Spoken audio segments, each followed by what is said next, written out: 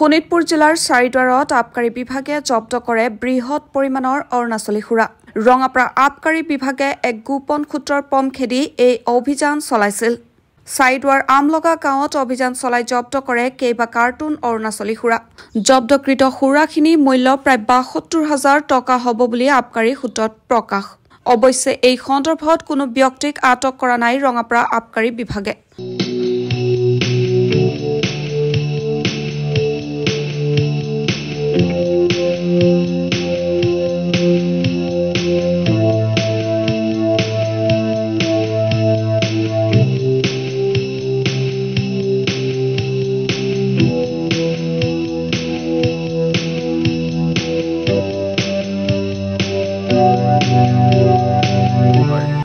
আজি আমাৰ ৰঙাপাৰা আবকাৰী চক্ৰই আমাৰ আমলগা গাঁও চাৰিদুৱাৰ আৰক্ষী থানাৰ অন্তৰ্গত আমলগা গাঁৱত আমি অভিযান চলাইছিলোঁ।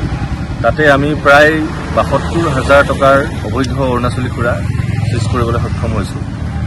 আৰু আমাৰ অভিযান আৰু জোৰদাৰভাৱে চলি থাকিব, যাতে কোনো ধৰণে অবৈধ অৰুণাচলী সুৰা অসমত যাতে সোমাব নোৱাৰে। News desk, news wide Assam.